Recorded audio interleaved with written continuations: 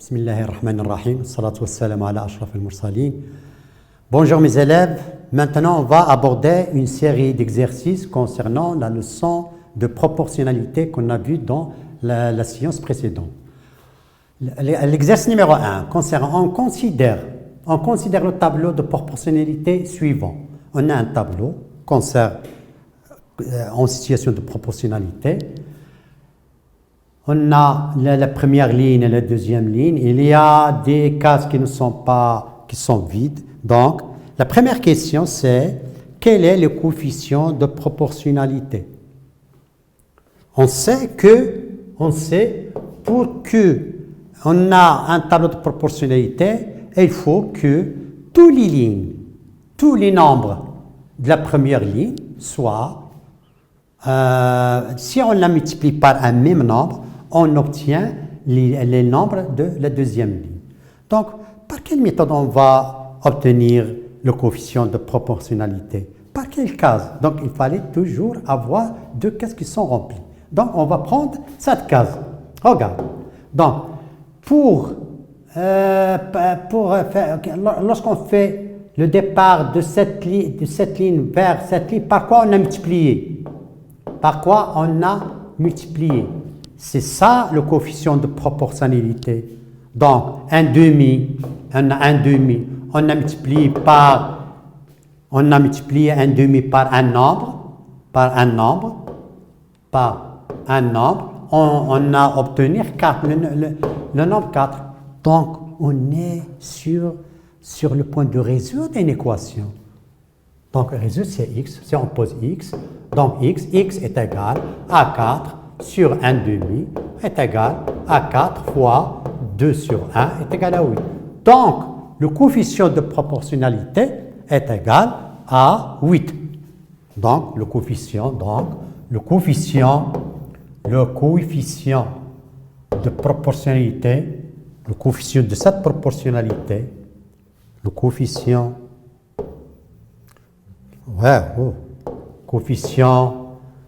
de cette proportionnalité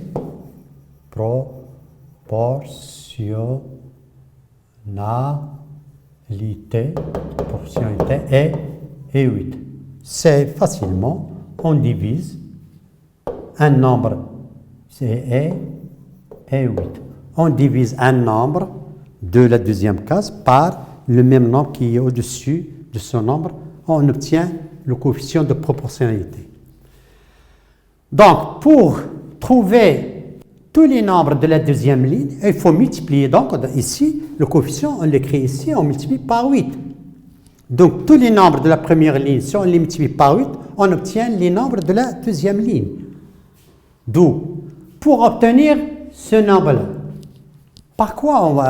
comment on fait? On multiplie 5 par 8.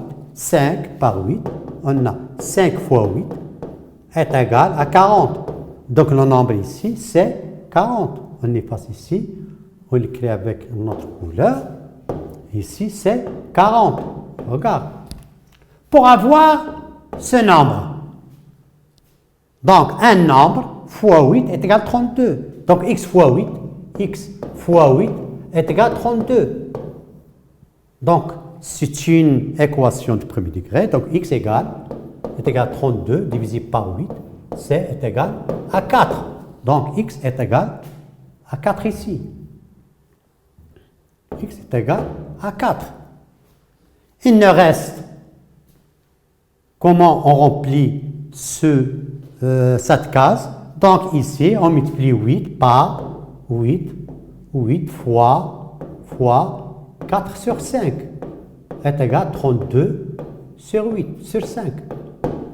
Et ainsi, on a complété, on a fini de compléter ce tableau de proportionnalité. On passe au deuxième exercice. On considère les tableaux de proportionnalité suivants. On considère les tableaux de proportionnalité suivants. Premier tableau, deuxième tableau. Calculer la quatrième proportionnelle XY à l'aide de l'égalité en croix. On a vu, qu'est-ce que c'est la quatrième proportionnelle? On parle de la quatrième proportionnelle si on a un tableau de proportionnalité. C'est quoi un tableau de proportionnalité? C'est qu'on a un tableau de 4 cases dans lequel 3 cases sont connues et la quatrième case sont inconnues. La quatrième case qui n'est pas connue s'appelle la quatrième proportionnelle. Donc, premièrement, on calcule x. On calcule x. On calcule x. On calcule x.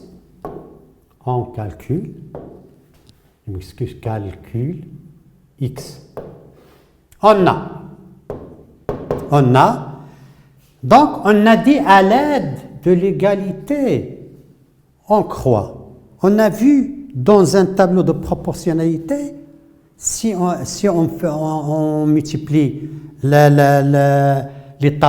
nombres de tableaux dans les diagonales, c'est ce qu'on appelle le produit en croix. Donc, on a 12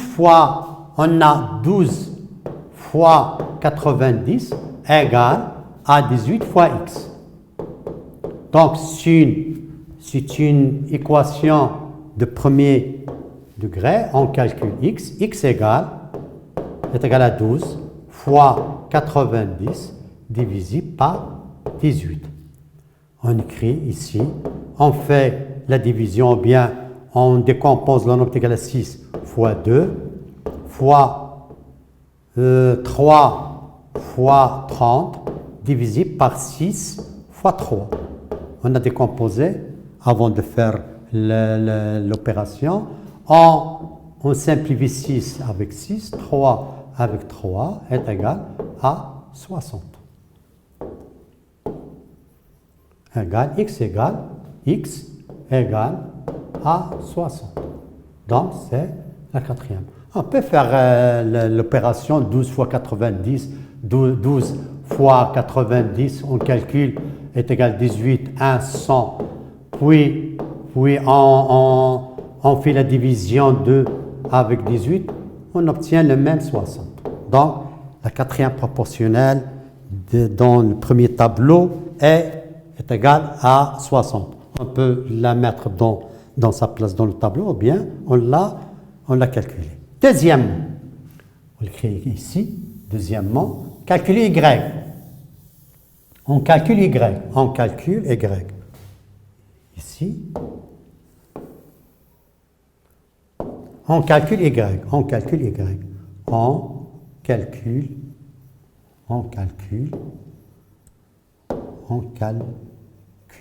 Y. De la même façon qu'on a calculé X, on a 41, on a le produit en croix 41 fois Y est égal à 205 fois 40. Donc Y est égal à 220,5 fois 40 divisé par 41. Qu'est-ce qu'il donne? Il donne 45 fois 47, 205 fois 4. 200, on multiplie 205 fois 4, divisé par 40. On fait est égal 200. Si on fait l'opération, c'est 2 fois 40. Elle donne 22, 8. On ajoute 0, est égal à 820 divisé par 41. Elle donne 20. 82 divisé par 41 est égal à 2, est égal à 20. Et on a calculé la quatrième proportionnelle en nombre dans les tableaux qu'on a fait. On passe à la troisième exercice et qui est très important concernant la lecture d'un graphe. Ou bien, lorsqu'on a représenté une situation proportionnelle dans un repère, on a trouvé que les points obtenus sont alignés avec l'origine de ce repère. Donc, si on a une situation proportionnelle et en la représentant dans un repère, on obtient des points alignés. Donc, on va faire l'inverse. Si on a dans un repère une situation, dans un repère, on a représenté une situation. Comment on sait que cette situation, elle est une situation de proportionnalité ou non? On va voir dans cet exercice. Cet exercice, il dépend de quoi? Le volume d'eau extrait par une pompe à eau d'un sous-sol inondé est représenté par le graphique suivant. Voilà le graphique. Elle représente quoi? Elle représente le volume.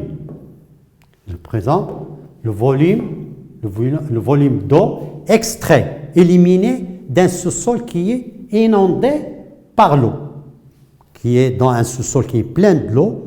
On a fait une pompe pour évacuer l'eau du sous-sol. Alors, pour savoir quelle est la quantité ou bien on a donné ce graphe ou bien cette représentation. La première question. Le volume d'eau, on a dans le graphe, on a le volume en litres et la durée en minutes. Donc la pompe, elle travaille dans 1 heure. Voilà combien de litres va évacuer dans 3 heures, 4 heures, etc. On a représenté ces points, on a représenté ces points obtenus ou bien on a représenté la durée et le volume dans un repère que vous avez vu. Voilà les points qu'on a obtenus. On regarde ces points.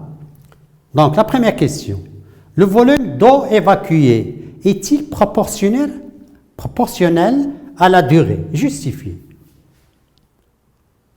Donc, on observe cette représentation. On a, dans cette représentation, on a tous les points ici sont alignés. La première chose. De plus, ces points sont alignés avec l'origine de ce repère. Puisque ces points sont alignés avec l'origine de ce repère, on dit que cette situation est une situation de proportionnalité. Donc le volume d'eau, elle est proportionnelle à la durée qui fait cette pompe pour évacuer l'eau du sous-sol qui est inondé. Donc, justifié, comme on dit, dans cette représentation,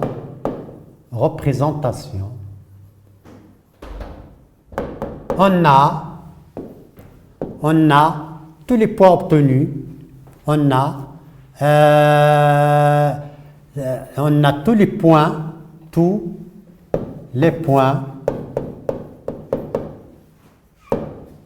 de la demi-droite, de cette demi-droite,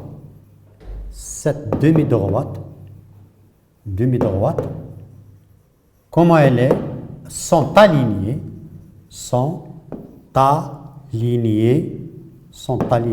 avec l'origine de ce repère. On a vu dans la leçon, si on a dans une représentation, si on a cette situation ici, dans le repère O, donc cette situation, si on a représenté une situation, on a obtenu cette représentation. Est-ce que cette représentation représente une situation de proportionnalité? Effectivement, non. Pourquoi? Parce que la demi-droite ne passe pas par l'origine. Un autre, c'est la représentation numéro 1. Si on a comme ça, est-ce que cette représentation représente une situation de proportionnalité? Mais non. Pourquoi? Parce que ces points-là ne sont pas alignés. Même elles passent par l'origine, ne sont pas alignés, donc ce n'est pas une situation de proportionnalité. On passe à la deuxième question. La deuxième question concernant quel est le coefficient de cette proportionnalité? Quel est le coefficient de cette proportionnalité? Pour déterminer ou bien pour calculer ou bien pour extraire le coefficient de proportionnalité d'une représentation graphique, il fallait prendre, en retour à la représentation graphique, il fallait prendre deux nombres qui sont liés par un point. Par exemple, si on prend le point A, ceci A, donc en 60 minutes, la pompe a évacué 20 litres. Donc, on divise 20 sur 60, Y sur X. Donc, le coefficient de proportionnalité, c'est 20 divisé par 60. Donc, on a en 20 litres. On a deuxièmement, on a en 60 minutes, la pompe a évacué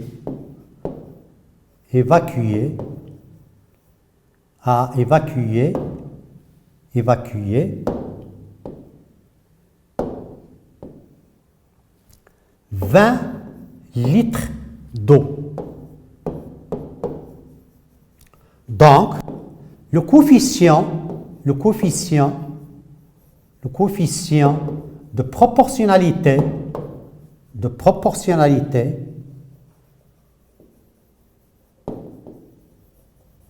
est 20 sur 60 est égal à 1 tiers. C'est le coefficient de cette proportionnalité. Si on retourne au graphe, donc ou bien on prend ce point-là, ou bien ce point-là, ou bien ce point-là, vous avez le choix de prendre n'importe quel point et pour déterminer le coefficient de proportionnalité. On passe à la question qui suit. Troisièmement, après 8 heures de fonctionnement de la pompe, il ne reste plus d'eau dans ce sous-sol, dans ce bassin. Quel est le volume d'eau a été extrait? Donc, elle nous donne le temps T, est égal à 8 heures. On a le tableau, on peut faire le tableau suivant. On a en 60 minutes,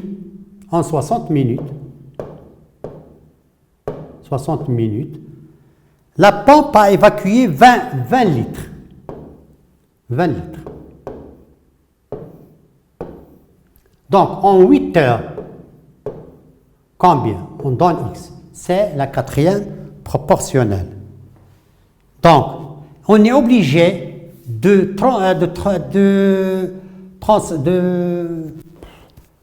transmettre ou bien de rendre 8 heures en minutes. On a 8 heures est égal à 8 fois 60 est égal à 48 minutes. Donc, au lieu de travailler avec 8 heures, on va travailler avec 60 minutes ici, ici 480, ici 20 litres, ici X. Pour avoir la même unité, si on a minute, il faut faire minute, ou bien ici, il faut rendre 60 minutes en heure. Il faut mettre 1 heure. Donc, combien X? Ou bien il faut rendre en heure, c'est plus facile. Donc, X, donc 60X, égale à 480 sur 20. 460X est égal à 480 fois, donc le produit en croix, 60X est égal à 20 fois 480, x est égal à 480 fois 20 divisé par 60 est égal. Ici, on a 486 fois 80 fois 20 divisé par 60, ou bien 60, on a 60 ici. 60, on a 60, 480, c'est 60 fois 8.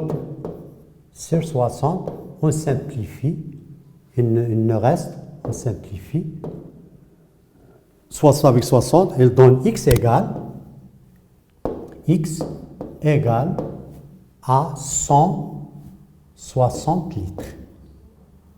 On peut l'écrire dans notre... Donc, x égale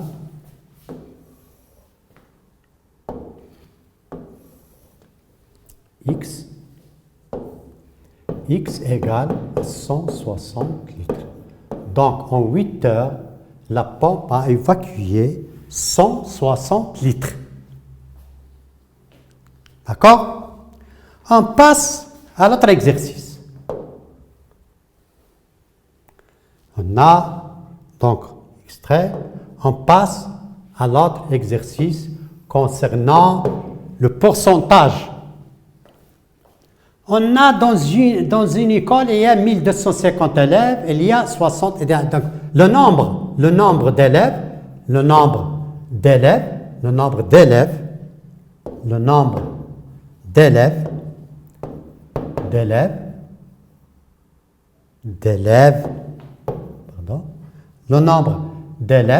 dans l'école, le nombre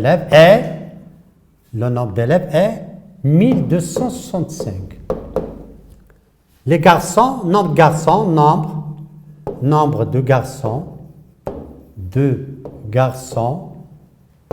est 640.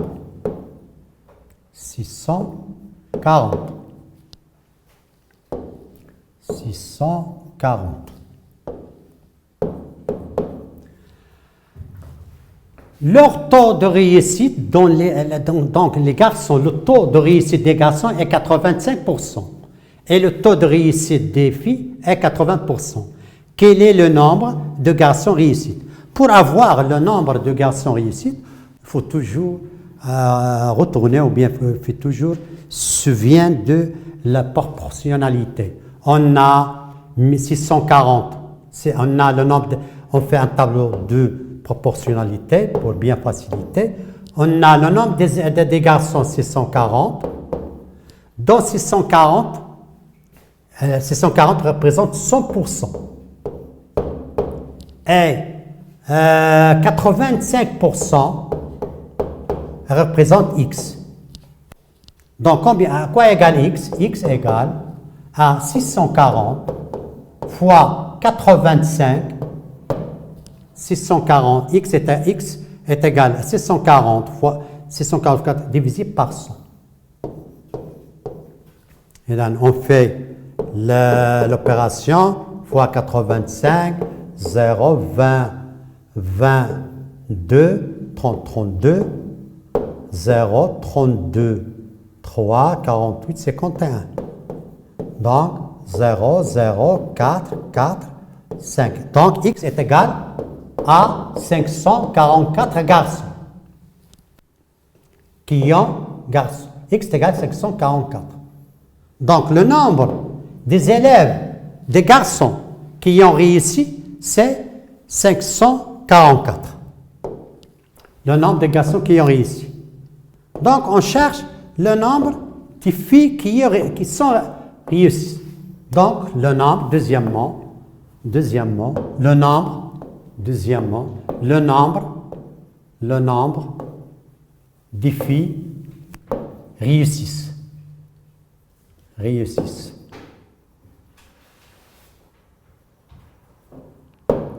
Donc, avant de calculer le nombre de filles réussissantes, il faut savoir quel est le nombre de filles. On a, dans l'école, il y a 1250, combien, est égal à 1265. Il y a 1265 élèves. Et parmi ces 1265, il y a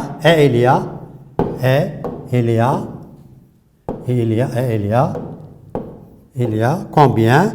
640 garçons. De garçons. Il y a 640 élèves. Garçons. Donc, le nombre de filles, le nombre des filles, combien? C'est 1265 moins 640 égale 5, 4 et 2, 625 filles. Donc, le taux de réussite des filles est 80%. On fait aussi un tableau de proportionnalité. On fait un tableau de proportionnalité concernant le nombre de filles, c'est 625, c'est le nombre de filles. 625, c'est le nombre de filles. Elle représente 100%.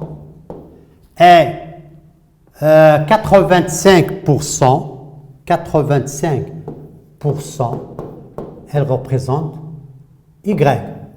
Donc, quoi égale Y? Y égale 625 fois 85 divisé par 100.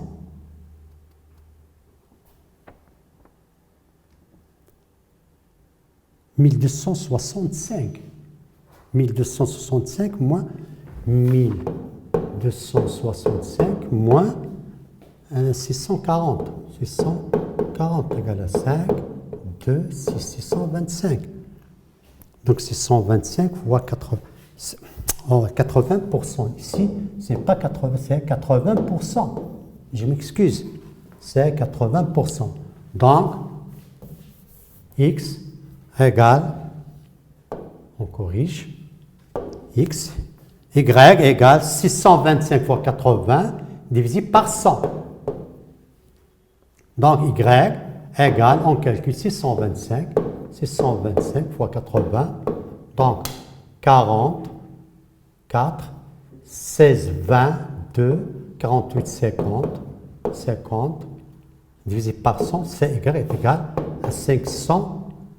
Donc, le nombre de filles qui sont réussies est le nombre de filles. Le nombre des filles réussissent est 500. Donc, si on cherche le taux de la réussite dans cette école, le taux de réussite, donc on cherche le nombre réussi, le nombre d'élèves réussis, le nombre d'élèves réussis est 500 plus le nombre de garçons qui sont réussis. Combien on a? Le nombre de garçons qui sont réussis. On retrouve le nombre de garçons qui sont 544 plus 544 est égal à 1044. Donc, la 1044, on fait un tableau de proportionnalité. On dit 1265 représente 100%, et 1044 représente X. Donc, c'est le tableau de proportionnalité. Donc, X est égal à 1044 fois 100 divisé par 1265. 1265 et c'est %. Et ainsi, mes élèves, on est achevé, on a fini notre leçon concernant la série, concernant la science des exercices. Merci.